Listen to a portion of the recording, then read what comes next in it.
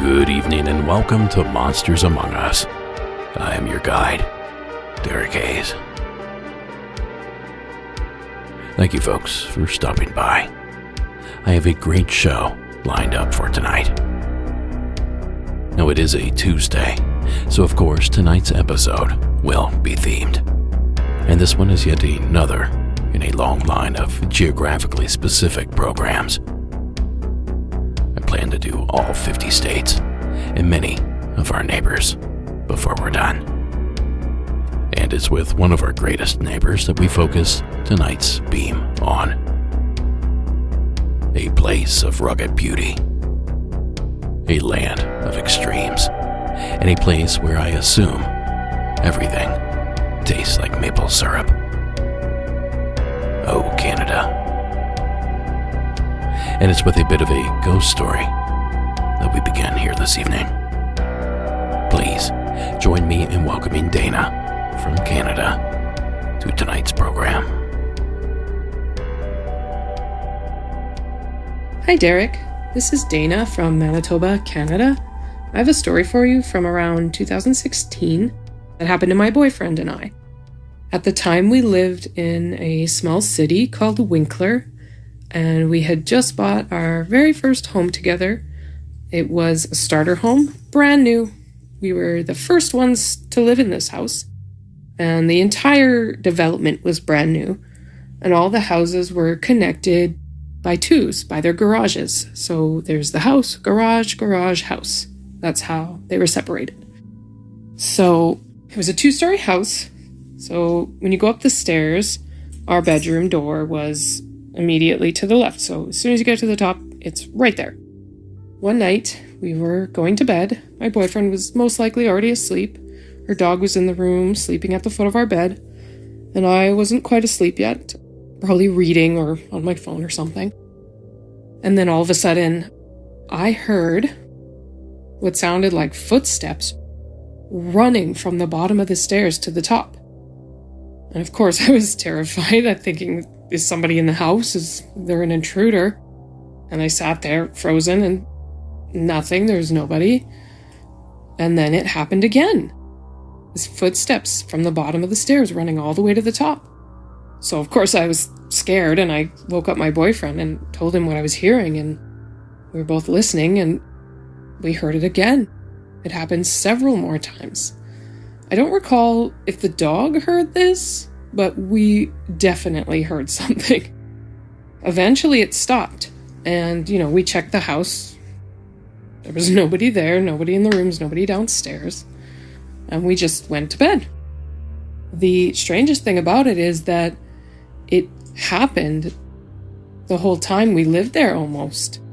Every couple of nights, we would hear footsteps running up the stairs, probably about 6-7 times a night. And then it would stop.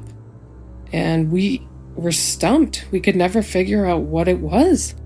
Like I said, our houses were connected with our neighbor, but they were connected by the garage. We never heard them in the evening, in the daytime, never heard a peep from them.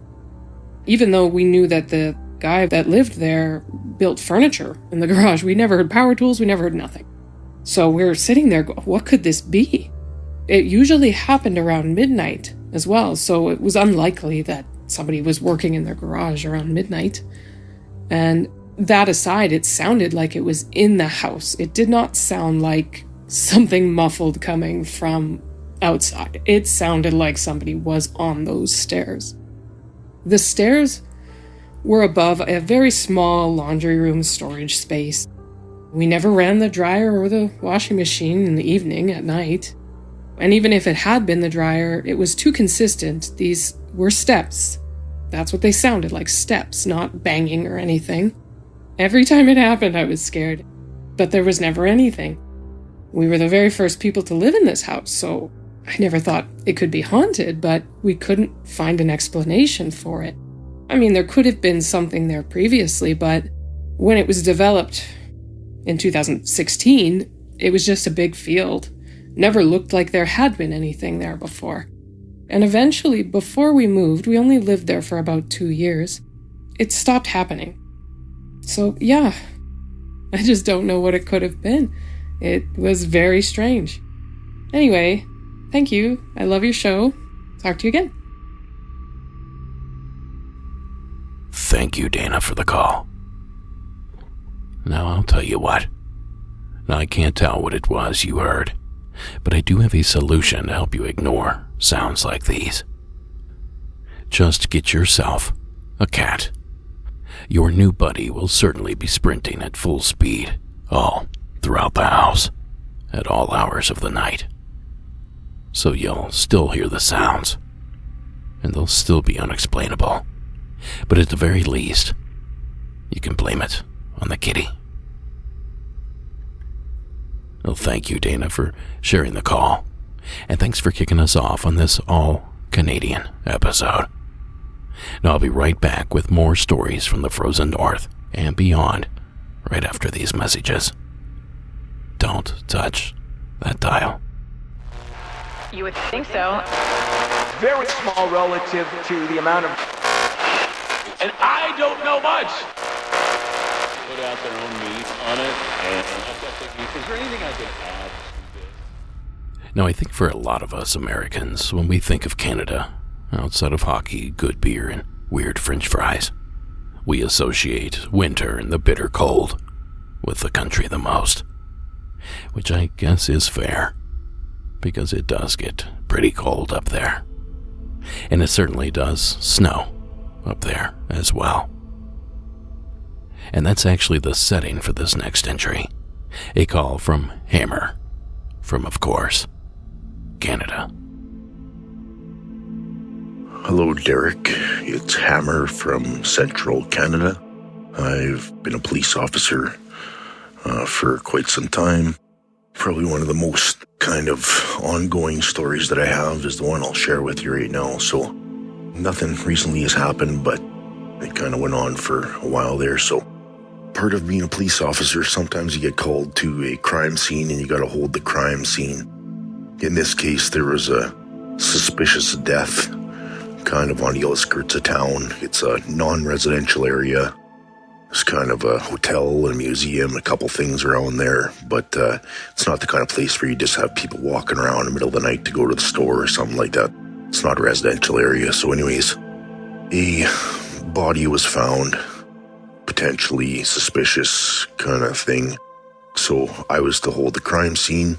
I spent my whole night shift there. So basically it's middle of winter. There's a couple feet of snow out there, and I park my patrol vehicle out kind of facing this kind of open field. It's got kind of a forested area with, I'd say, maybe like a 15-foot wide path that kind of extends down for maybe 150 meters and then kind of opens up into another field again. So I have my patrol vehicle sitting there. I got my takedown lights on, my spotlight on, all pointed into kind of where essentially the scene is, and it's pitch black everywhere else. There's kind of some lights behind me a ways, but I'm sitting out there in the pitch black essentially. So as I'm sitting there, the hours pass and stuff, but I kept having this weird sense that someone was behind my patrol car, and I kept looking over my shoulder, kept checking my rearview mirrors. And of course, it's pitch black out. It's a little bit lit inside my car. I got my computer there and, your radio and all the other dash lights and stuff. As much as you turn them down, it still lights up a little bit in the car. So And there I keep having this weird suspicion that something is behind me or around me. Got out of my car to check a couple times. Of course, there's nothing. So about 3 o'clock in the morning, I had kind of something strange happen. Like I said, I'm looking down towards the end of this path. Is maybe 150 yards away. And the best I can describe it, moving from left to right across that kind of 15-foot section, is I saw what I could best describe as kind of a man on a horse just kind of cross at the end of the path. And of course, like any other city, you don't usually see a man on a horse or a horse at all for that matter, especially not at 3 in the morning through 2 feet of snow. So thought that was kind of interesting. The end of my shift comes, I'm relieved by somebody else, and just for the heck of it, I go drive kind of along the freeway so I can see kind of the path where that figure went by. And of course, there's no tracks in the snow, so I go home, call her quits for the day. The next night comes, and I can hear at exactly 2:36 in the morning, I wake up and I hear the front keypad on our door beeping.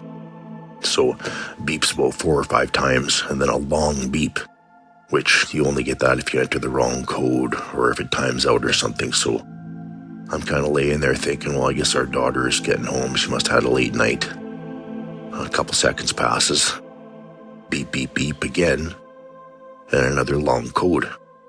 And I thought, okay, well, this is weird, entering the code wrong or whatever. So I got up, go to the front door, and there's nobody there. So I went back to bed. I thought there's not much I can do about it. I don't know, maybe somebody was trying our code, trying to get it in the house or whatever. Next morning, I'm telling my wife about this. She says, well, why don't you check the doorbell cam? So, of course, I go check the doorbell cam. And exactly 02:36 in the morning, our doorbell cam went off. So go to check the footage. And it's just a 30-second black segment on our camera. It's like it recorded, but you can't view it. So we've had our camera system now. At the time, we might only had it for a couple of years, but now we've had the camera system for kind of 10 years or whatever. Anyways, eventually that video ended up coming back after a few days, and you could see that it was just blank, and you kind of see a flash of light on it. The flash of light is something else that my wife pointed out is we had like a cat and a kitten kind of coming up on our front step for a few days back then. And so I ended up putting a trail cam on our front step down low just so we could take pictures of the cat because we like animals or whatever. So my wife says, well, why don't you check the trail cam? What a great idea. So go check the trail cam. And at exactly 02:36, it took a picture, but there's nothing on there except for the camera flash from the camera. It's an infrared flash, so it lights up, but it doesn't really emit too much light that a person can see or whatever. So I thought that was kind of strange. So as time goes on, a couple days later, I'm in the shower during the day. I must have worked night shift or whatever. Nobody else is home. Wife and daughter are gone. And I'm in the shower and I can kind of see through the fogged shower curtain where you can't really see through it, but you can see silhouettes. I can see someone come into the bathroom and I said, hello. No answer. Okay, well, I wasn't scared by it or anything. I just figured it was my imagination or whatever. So another couple days go by. I'm in the same shower and I finish up in the shower. I go to reach my arm out to grab my towel off the rack. You see one of those fogged shower curtains where the closer things are to it, the more you can kind of make out in detail. I could see a person's hand, like it looked like a fist, right to where I was reaching. And it kind of gave me the impression that, I don't know, maybe someone was trying to hand me my towel kind of thing is what it looked like. Again, I wasn't freaked out by it or anything. I just thought, well, it's kind of weird. And by this time, I was already kind of having suspicions that maybe something followed me home or something from that call. Another couple days pass and it's middle of winter, so I don't go outside for a cigarette. I go into the garage and have one. So myself and my dog are out in the garage and we have like a McDonald's coffee can or whatever, kind of one of those full-size coffee cans sitting out there that we put our cigarette butts in, or I should say I put my cigarette butts in. And the lid for that thing, just your typical lid, 8 inches wide, maybe 1/8 of an inch thick or something, was laying on the ground, just on the concrete floor. So I'm having a smoke, and out of the corner of my eye, I see that lid move about 3 or 4 inches. So I look at it, and of course it's not moving anymore, but I look over at my dog, and he's staring at the lid too. Like, he obviously saw it too. And so we thought, well, again, that's kind of weird. So, another couple days pass or whatever, and I'm at home, must have had the day off again, and I go to grab, it's just your typical Starbucks iced coffee that you buy at Costco kind of thing. I went and poured the last glass out of it, set the empty container down on the cupboard, and just had the lid kind of sitting on top, not screwed on. So I'm standing in the kitchen, and about 15 seconds after I poured the coffee, I could hear kind of this popping and rattling, and I start looking around, looking in circles, and I saw it was actually the empty coffee jug. The lid was popping off visibly, but you could see it pop off and then sit. Rattle and pop off and sit. Rattle and pop off and sit again. So I actually videoed it, but I don't know, who knows, maybe the coffee thing could be explained by a cold jug being put on a warm counter or room temperature counter, I don't know, but I can't explain the other things anyways. I don't know, maybe you'll get some enjoyment out of this call, so take care, Derek. Thank you, Hammer. No, I'm certainly not an expert, so my opinion isn't all that valuable. But the way the events line up here, Hammer, I wouldn't be surprised if there wasn't some sort of attachment that you took home with you that night. I have no issue admitting that the timing here is rather unusual. But I wonder if these things weren't just a giant coincidence. And furthermore, I wonder if you ever would have even noticed these occurrences if you hadn't just had a run-in with what you suspect might be a ghost.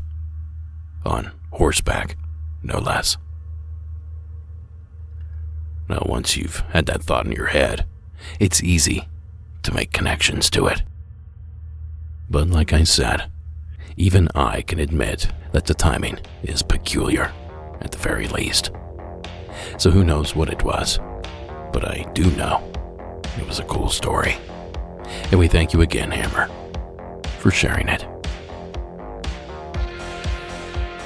And folks, if you too have a story you would like to share here on the program, call our hotline at 888-608-NIGHT.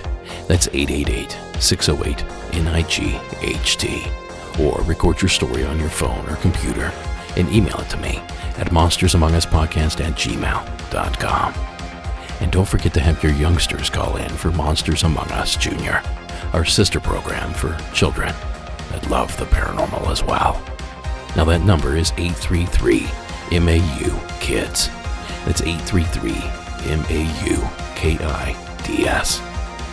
Now be sure to get those calls in now, because the second season of Monsters Among Us Jr. drops in late August or early September. We're still ironing out all the details. Either way, we're all looking forward to hearing from you. Now next up, we have to look up to the sky, because Travis saw something strange up there. Take it away, Travis. Hey, Derek, this is Travis from Nova Scotia. I think it was season 16, episode 22, about the triangle UFOs. My story is basically the same. This happened at Lance, Nova Scotia. It was probably 1992. I was just a boy doing a paper route at the time. Sun was just starting to come up, and I was delivering the paper, and all the hair stood up in the back of my neck. Something just told me to look up. I did, and what I saw was a triangular set of lights that pretty much took up the whole sky from what I could see. At the ass end of it was two lights that were kind of spinning around. Across the road, there was a post office. The delivery truck was getting there at that time. One of the lights actually broke off at the back and went towards it. At that time, I was just standing still. I couldn't move at all. I gained the guts to just take the paper bag off my shoulder and run. My house actually at the time wasn't that far away, so I was running down the road, and I decided to look to the left where it would have been. By this time, the sun was pretty much up, and I can't even explain how big this triangular UFO was. Anyway, I ran as fast as I could towards home, and my mother, who was sleeping in bed, woke up out of bed knowing that there was something wrong with me. She had this sense. When I got into the house, I was pretty much in tears because of what I saw. I mean, I was just a young boy at the time. My mom come tearing into the bedroom and she's like, "What's wrong?" I knew there was something wrong with you. I could almost hear you running down the road. So I explained it, and my father at the time was in the kitchen making his breakfast and sort of laughed it off. He went outside, of course, and looked. Of course, it was gone. So my mom believes me. I don't know if my dad does, even to this day still. It was definitely weird. It was definitely triangular. You know, the front of it had about 7 to 9 lights, and then the 2 in the back that kind of were just spinning around. It was weird. And like I said, broke off towards the mail truck. Definitely a bit bizarre, and I hope you can use this information. Love your show. Keep it up. Goodbye. Thank you, Travis, for calling in. Now, this story has a bit of significance to me, and I'll tell you why. We hear stories about these mammoth-sized dark triangle craft all the time, and 99% of those reports seem to come from the U.S., the contiguous U.S. states, to be specific. Now, sure, there have been sightings of this craft in places outside the states, but they're rare. I can only think of one instance off the top of my head, which would be the Belgium UFO flap of 1989 and 1990. So like I said, this story holds a bit of significance as one of the 1% of calls that take place outside of the US, a number that I just made up here on the spot. But based on my observation, I don't think it's that far off. But before I moved on from this story, I did a quick Google search, and it turns out that I'm wrong. Nova Scotia, the location of Hammer's experience, has had many Black Triangle reports. If you just Google search Nova Scotia Black Triangle UFO, you'll see exactly what I'm talking about. Now, since this is a Tuesday installment, we can't do a deep dive here. We have to keep going. But I will do this. If you've seen a large black hovering triangle near Nova Scotia, give me a call at 888-608-NIGHT, and that will give me an excuse to circle back on all this activity.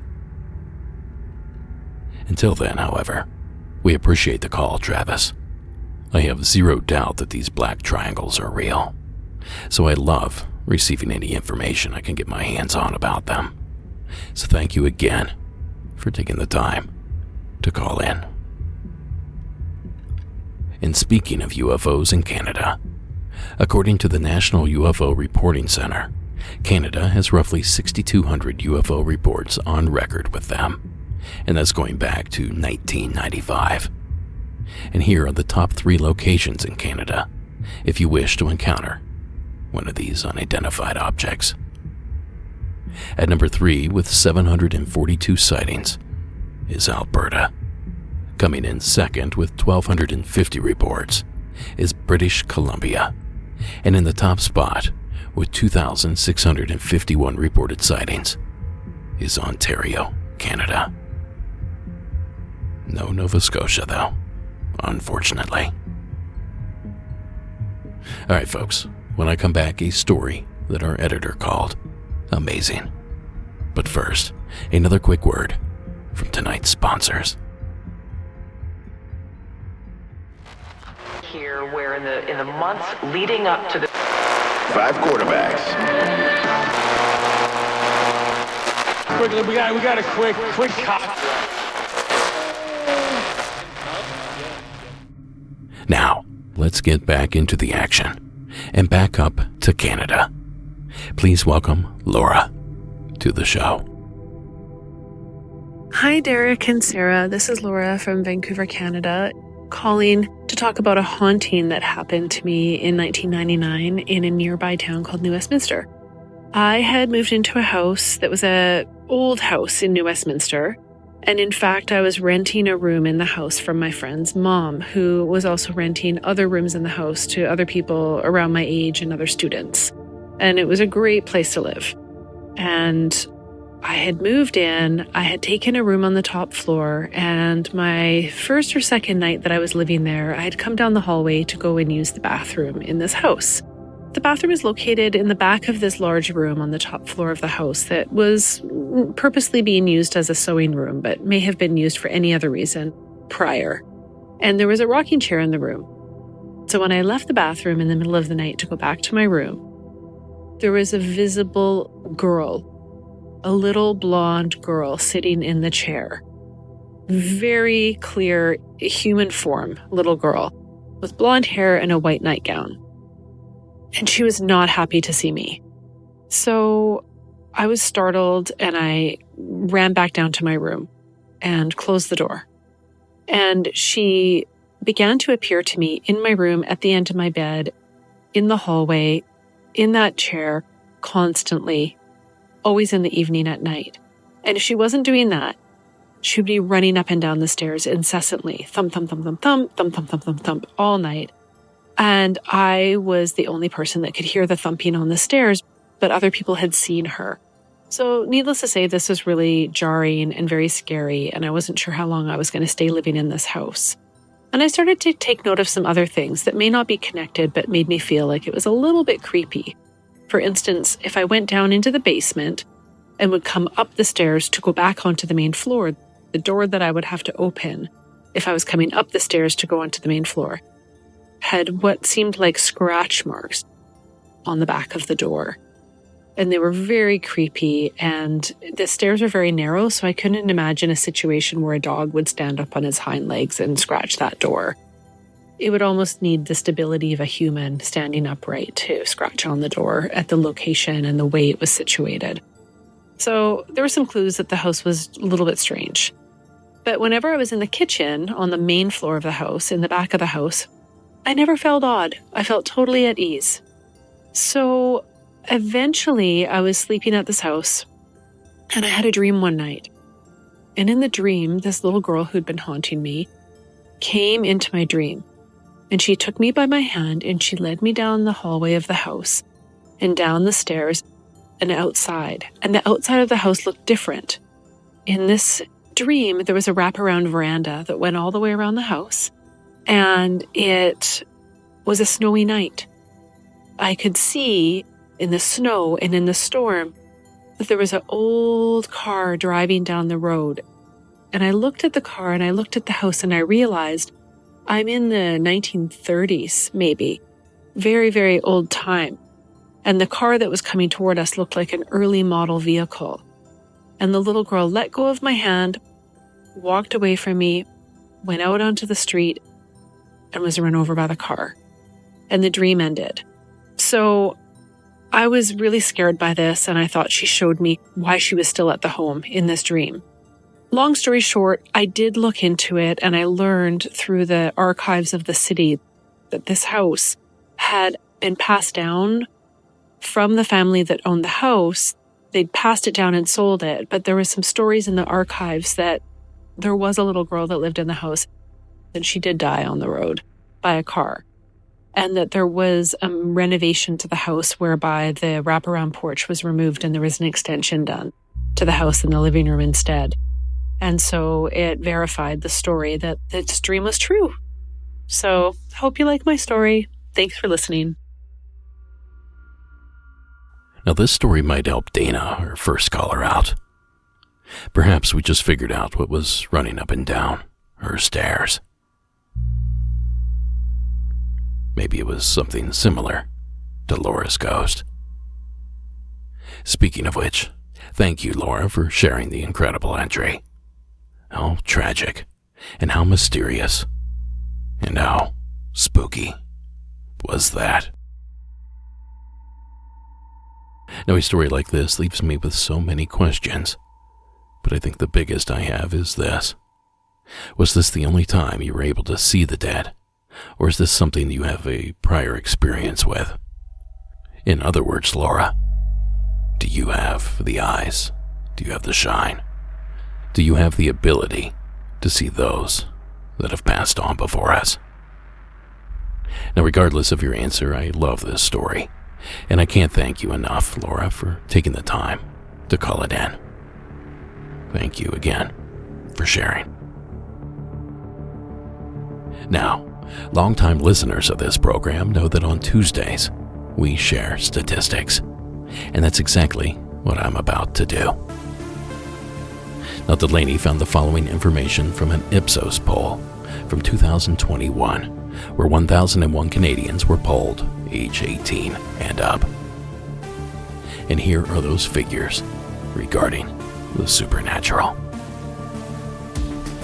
Nearly half of Canadians, 46%, believe in ghosts or supernatural beings, while a further 20% are unsure, leaving just 1 in 3, 34%, as firm skeptics. Gen Xers, 55%, and Millennials, 52%, are the most likely to believe in ghosts, followed closely by Gen Z at 49%, while only 1 in 3 Boomers, 33%, say they believe in the paranormal. Now, Albertans, 57% of them, are most likely to believe in the supernatural or ghosts, placing them well ahead of BC at 39% and Ontario at 42%. 45% have used a Ouija board, 32% have consulted a psychic, and 20% participated in a seance. Now, if you're curious, in the US, roughly 41% of people believe in ghosts or spirits, as opposed to Canada's 46%. That's 5% more Canadians that believe than do Americans. And I'll let you decide if that's a large number or not. But either way, them's the facts. And a big thanks to Delaney for putting that together.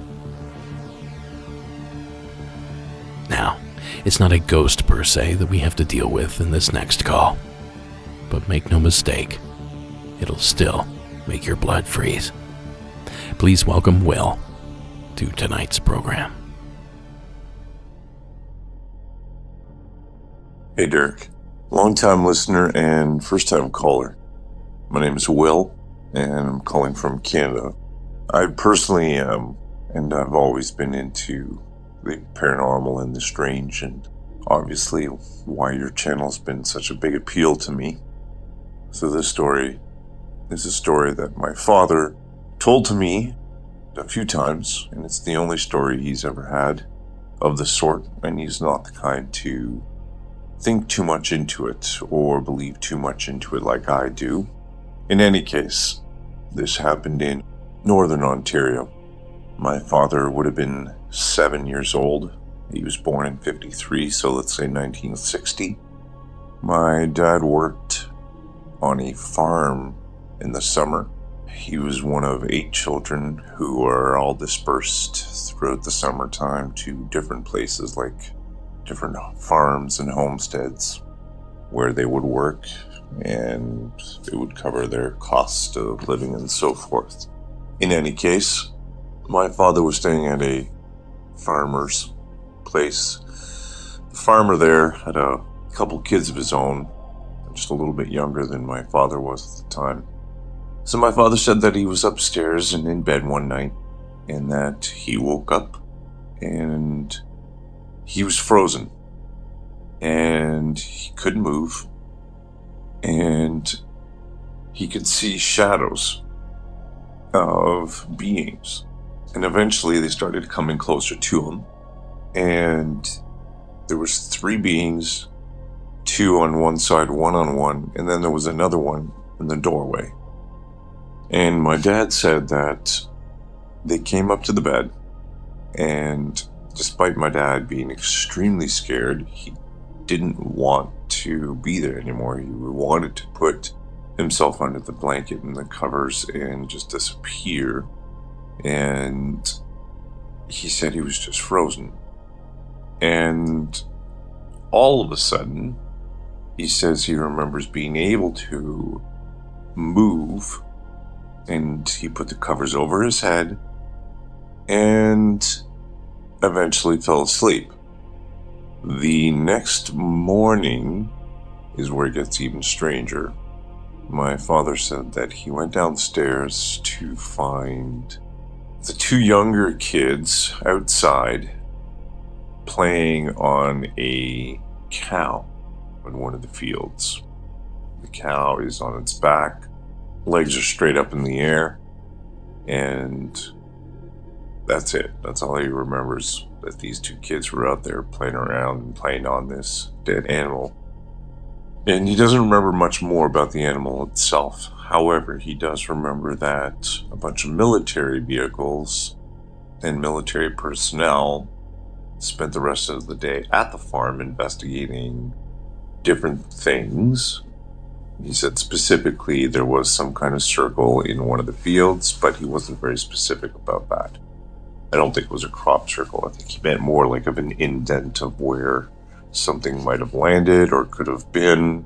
I don't know. I was always curious about that story because I always wondered if aliens back then would come and abduct people, of course, for their, curiosity of, that's how we look at an ant farm, how's the civilization coming along, and abduct my dad and then have a little bit of DNA on his family genes and then, I don't know, maybe come back and abduct me someday, but nothing like that ever happened to me. And in any case, love your channel.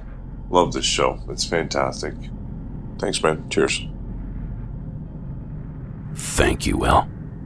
We appreciate you sharing your father's story. This probably could be explained away as sleep paralysis, with a few coincidences occurring immediately afterward. And sure, I could argue that makes sense. But what sort of coincidence would have military vehicles swarming your farm? Something's not adding up here.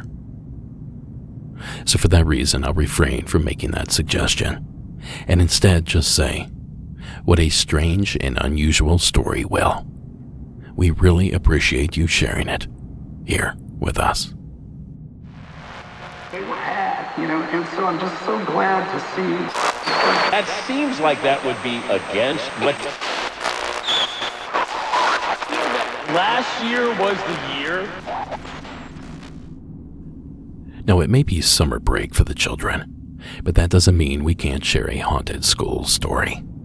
So please welcome Dominique to the program. Hey, it's Dominique from Canada. I have a haunted school story for you. A while ago, I want to say about 10 years or so, I worked in an elementary school in a smaller part of a city. The school was part of a pretty tight-knit community. And while I don't know how old exactly the main building of the school was, because additions were added on later, I can tell you that grandparents that would come pick up their kindergarten grandchildren would say that they went to the school at one point. My role in the school was working in kindergarten, and I worked as a teacher's assistant or similar. And the nature of my job was that if you were morning or afternoon, you would either come in early in the morning and work the before school program, or you would stay until later after school and work the after school program. During the after school program, nothing much happened, although I noticed my coworker and we seemed to not want to be in the building alone. And I remember we would be outside with the students and stuff, just waiting for parents to pick up. And we would kind of both hesitate on going in that building alone. One day I had to go into, I think maybe just get Band-Aids or something. And as I was heading into the doorway, I looked up and there was this massive black mass in the doorway.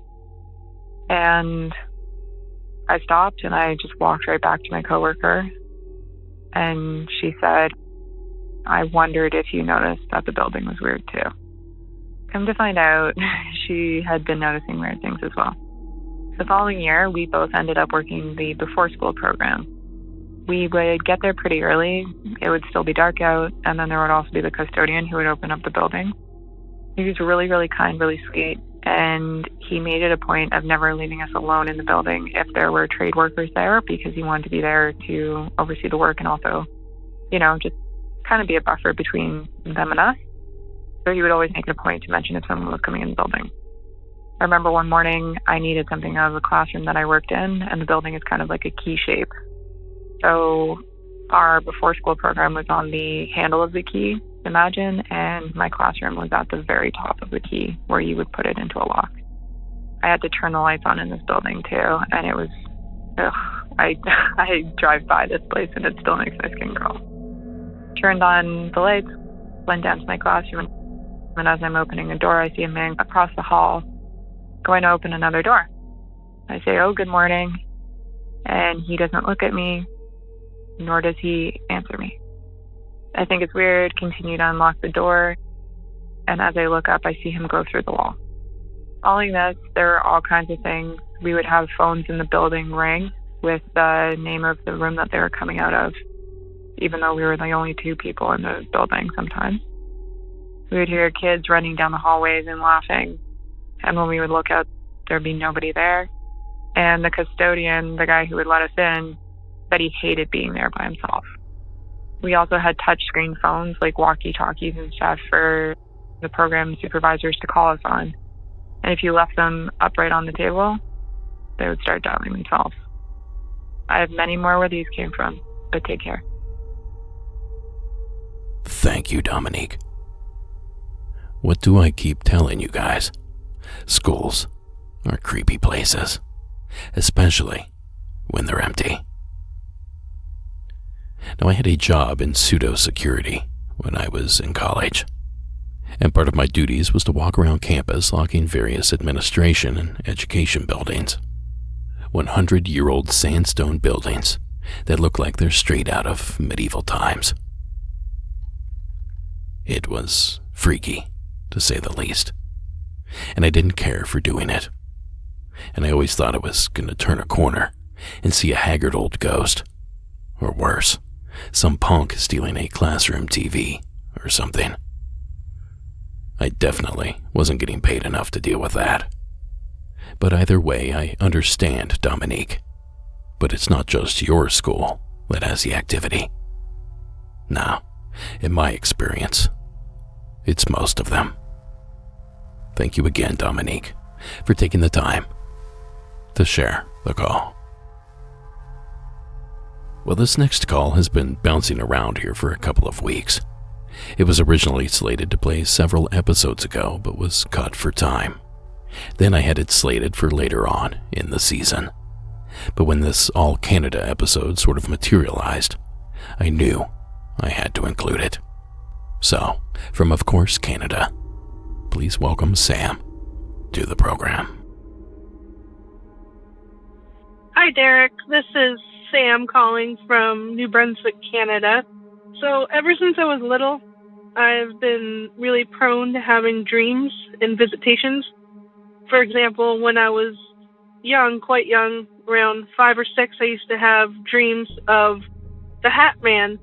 And it was a reoccurring dream, and it happened all the time, and it was terrifying. And it didn't go away until we did now, excuse my ignorance, it was a native ritual. We burnt sage, and I didn't dream of him again after that. And I've had dreams where, for example, my stepdad's nephew, who I had never met before, went missing, and I had a dream, and I dreamt of exactly where he was, and I told his mother that dream, and they found him exactly where I had dreamt that they'd find him. So it's been a very reoccurring thing throughout my life. That's just scratching the surface. Anyway, so the one I'm calling about today is when I was living at my dad's house. It's an old house, and it was upstairs, and my dad burnt wood heat. That's important because there was nothing in the house that could have caused this other than it being actually real. So my room was at the top of the stairs, and down the hallway was where my brother was sleeping. And if you look out my brother's room, you can see my room. And his head was by the door so he could see out. Anyway, so my bed had been shaking, like violently shaking, hard, so bad, like it would wake me up out of a dead sleep. This happened quite often. And one night, I had a dream that I was driving down the road to go to my grandparents' house, and everything was on fire, but everything was also frozen at the same time.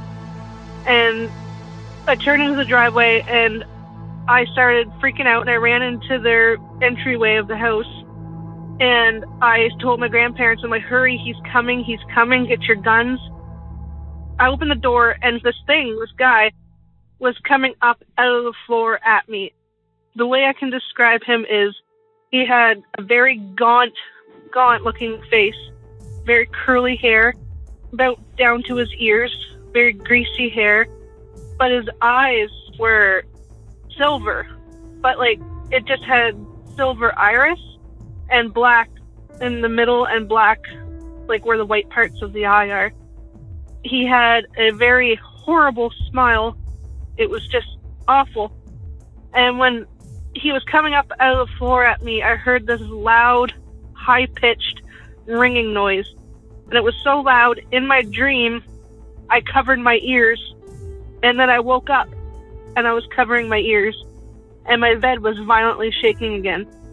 Anyway, I didn't get much sleep that night, and I told my family about it the next day. And my brother, he started freaking out, and he said, what time was this? I don't remember the exact time now because I was 18. I'm 33 now. But I remember it being a certain time, and my brother said, there's no way. He said, at that exact time, I looked out into the hallway and seen something walking out of your room. I had another dream about him, and it's just so terrifying. I can see his face as clear as day. Anyway, fast forward to about a couple years ago. My dad doesn't live there anymore, but my cousin lives there, and he has a young son. And so my brother was over there visiting one time, and his son mentioned about playing toys with the guy in the closet. And it's the same room that I had stayed in. And my brother was just like, the guy in the closet? And he looked over at my cousin who was standing there, and he was like motioning to him to like cut it out, don't talk about it, like don't encourage it. Anyway, I know people have had experiences with the Hat Man, but I don't know if anybody's had experiences with the silver-eyed devil. Anyway, any insight or anything would be great. Thank you so much. Keep up the good work. Thank you, Sam, for the phone call. This one has given me Freddy Krueger vibes. And to have several other people sort of validate those experiences. That'll take events like this right out of dreamland and place them firmly into our reality. But as for this silver-eyed devil, this is the first that I've heard of it.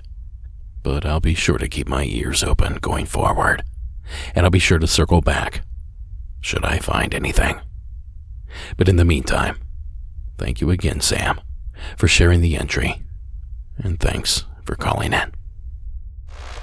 Agency that brought in this company. They flew their plane to an elevation of 1,600 feet. It's ready to fully hydrate your body and get you back to being your best. Now, I'm not real sure how you want to categorize this next entry, but either way, here's Jay's entry out of Canada. Hi, I will go by Jay. I'm from southern Alberta, Canada.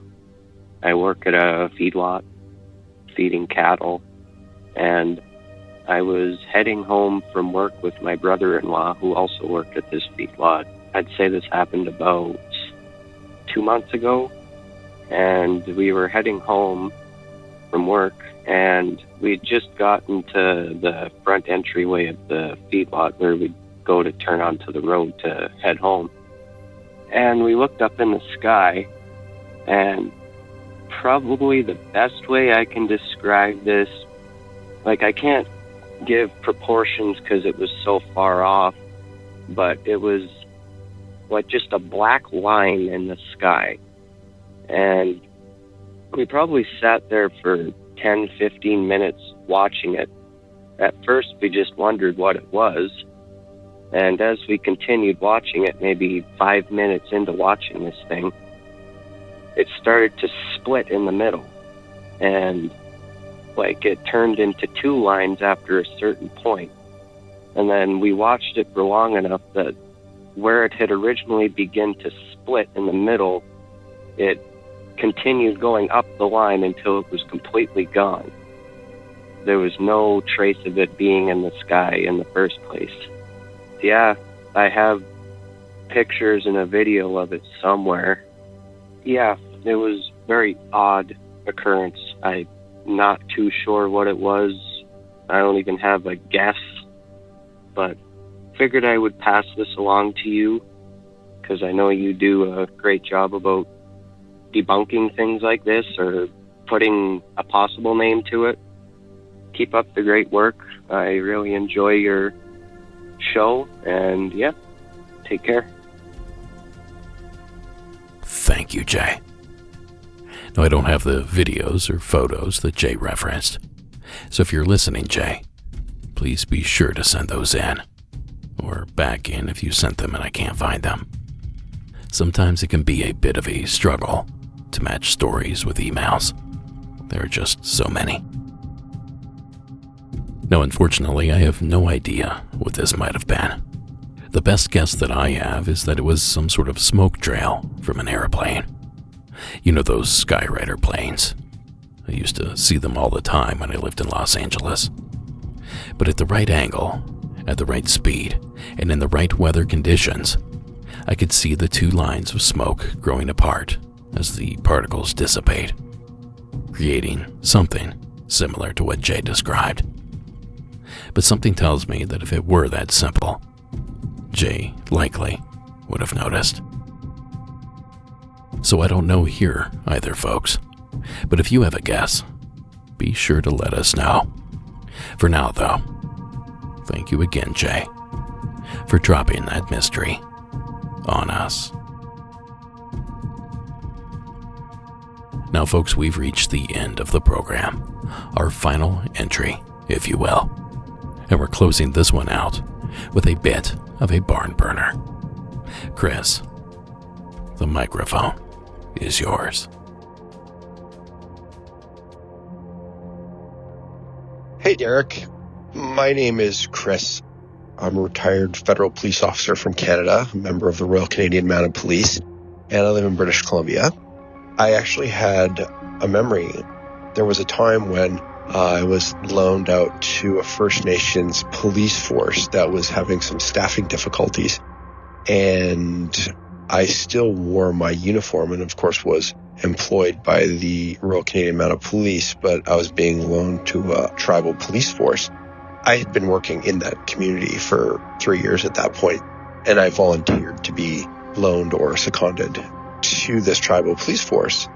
And one night I was doing some paperwork, and it was late at night. It was sometime between 3 and 4 in the morning, and we were incredibly short-staffed. There were times when I would work for 96 hours straight, essentially just like taking calls and going home and eating and sleeping and hopefully hanging out with my wife and children for whatever amount of time I could. But that was few and far between because it was such a busy place and a lot of call volume. So at any rate, I had gone to whatever call and I was trying to write it up. And I was so exhausted that I remember sort of nodding off while I was typing. So I would wake up and see the screen populated with whatever, like the letter P, 150 times. So I'd have to backspace, erase, whatever. And I was just so tired, but wanting to get this report done. And at one point, I woke up because someone had run beside me. Now, to put this into context, I'm working by myself in a police detachment. The doors are all locked, obviously middle of the night. The public doesn't have access to come in because there's no one to greet them. I'm just in the office because I'm not out on a call. So they, either pick up the phone outside the office door or call it in on their own phones. No one has access to this place. I'm the only person in there. And as I wake up, I see this figure running by me. And what I remember is that some of the papers that were on the corner of my desk fluttered a little bit with the wind of whoever ran by me. So my immediate action is I draw my firearm and get my flashlight out, and I'm going to clear this place. Now, we have these romantic and TV notions of what police stations look like. This was kind of an open concept, very simple, essentially one room.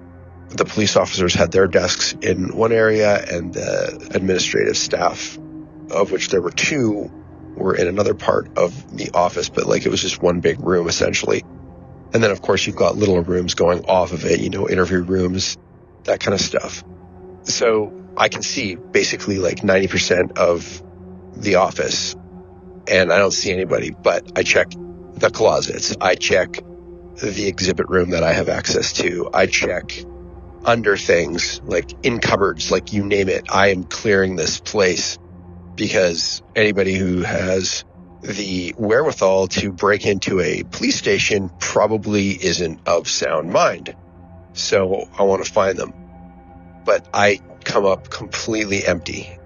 And I'm pretty creeped out because I'm on a reserve and I've witnessed and heard stories of some crazy that goes on.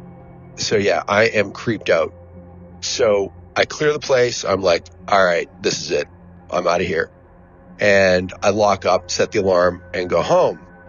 So I'm working again the next day, and I come in, and there's actually a guy that's been on day shift, so I'm working night shift.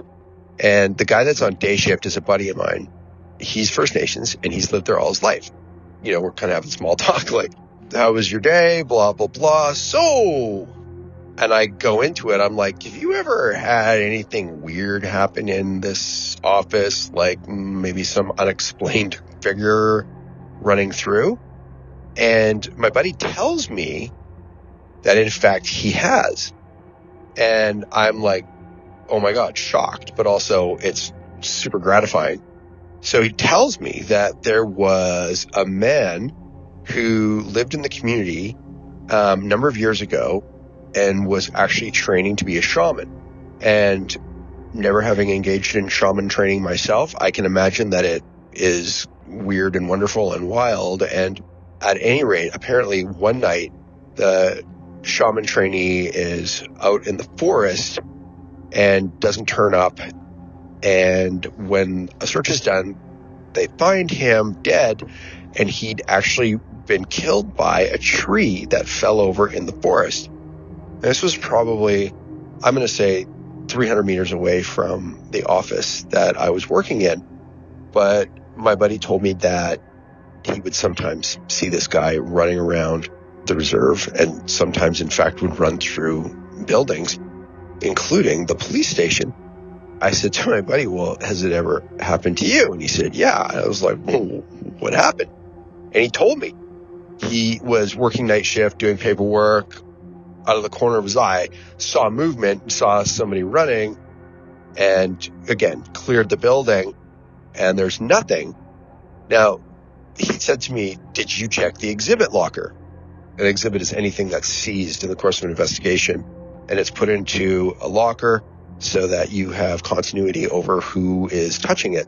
So once I see something put in a locker, the only time it's going to be touched again is by the exhibit locker custodian, who was my buddy, and he would take it from the exterior exhibit lockup into the interior exhibit lockup. And so he's the only person that has continuity on all of the exhibits. It's all just for a court thing. But he said, did you go into the exhibit locker room? And I said, yeah. And he goes, did you go into the inside locker? And I'm like, well, I don't have a key. I said, no. I said, did you? He goes, yeah. I said, well, what did you see? He said, nothing. And I'm like, okay. He goes, no. I mean, nothing. And he said that when he opened the door to the inner exhibit locker room, there was just an infinite amount of space. He said it was like he was looking into a void. He hit the light, there was no light, and the space went on for eternity. I said, what did you do? He said, I closed and locked the door. And I'm like, yeah, that's what you do. You close and lock the door and you get the hell out of there. So that was interesting, to say the least. It was kind of freaky. I'm not going to lie. But it certainly affected me because I would get alarm calls to that office, and they would always be in the middle of the night, and there would be literally nothing that would have set them off. Nothing felt, sometimes when the air conditioning goes on, if you've got a piece of paper that falls, or, sometimes there's like free hanging posters in some offices. Well, this is a police station. There's nothing like that. There was never anything that had fallen on the floor, like a piece of paper or anything. The alarm would just go off for no reason. And of course, it wasn't equipped with video cameras, and this was back in 2001, 2002. So there weren't like, all these fancy little cameras that we have now. It was like all CCTV, and it was like blurry as hell. Like, that was back in the day when someone would be like, so-and-so stole something, and the surveillance camera would just like, those black and white blobby things that we used to see on the news when they would have like a suspicious person kind of thing. So yeah, no high def, awesome cameras or anything like that. Nothing in there at all. So yeah, I would go to an alarm call, pull up outside of the office, turn down all the takedown lights on my car, go in, like really tactically, because I was freaked out by the apparent presence of a ghost in there. And I just wanted to say that this whole community, the community had been there for thousands and thousands of years. This was their traditional land. And there was a graveyard, and this is going to sound weird, but I used to do my paperwork on the computer, and oftentimes I would do it by the cemetery for the community. And all the time, I would look up from what I was doing, and probably about, 200 yards to the other side, the fence line of the graveyard, I would see movement. And so I would throw on my takedown lights, and there would be no one there, no one moving, nothing going on. Shut off my takedown lights, don't see anything, do some more paperwork, look up, and sure as heck, I would see movement along that fence line again. So there were like all kinds of ghostly happenings in that community. And one of the things that was told to me was that the river that runs through the area would often flood, and many of the grave markers in the cemetery were made out of wood, so they would float. And the flood would go down, and the grave markers would be all over the place, and people would do their best to put the markers where they had once been, but this would happen, quite frequently. And some people said that it was, the spirits of the dead looking to find out where their grave markers were and stuff like that. I have no idea. All I know is I definitely saw a movement that would disappear when I would turn on the lights. So yeah, that place was wild. Anyways, thank you so much. Thanks, Chris. That's wild stuff. And I think you have a lot in common with Hammer, whom we heard from earlier in the program. Two different lawmen, two similar experiences. Now, if even half of what Chris is telling us is true, this area has a real paranormal presence. And the reasoning behind that activity is an anecdote that I can really get behind. The floating wooden tombstones. That's a story I've never heard before, but what a fascinating detail. Now, of course, I have no idea if that story is true, but I can tell you that I think a detail like that is the perfect route for a series of spooky experiences. And I love to hear it. So thank you again, Chris, for taking the time to share your entry.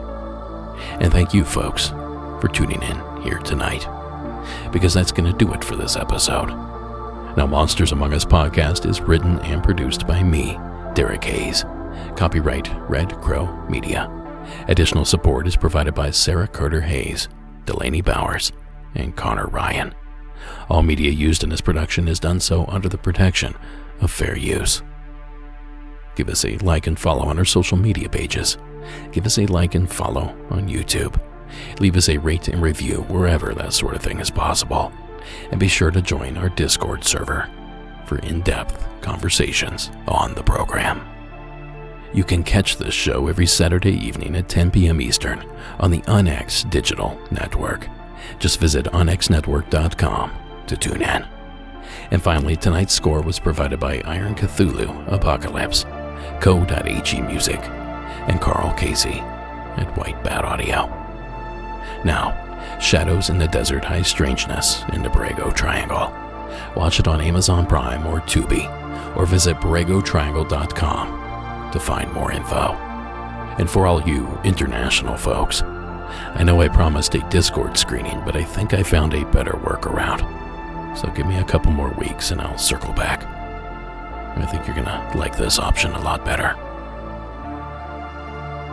And finally, join us in the Beyond for all kinds of bonus content for only $5 a month. Visit monstersamonguspodcast.com and click the Patreon tab to learn more. And lastly, catch me back here on Thursday for a brand new installment of your favorite paranormal program. But until then, keep it spooky and have yourselves a good night.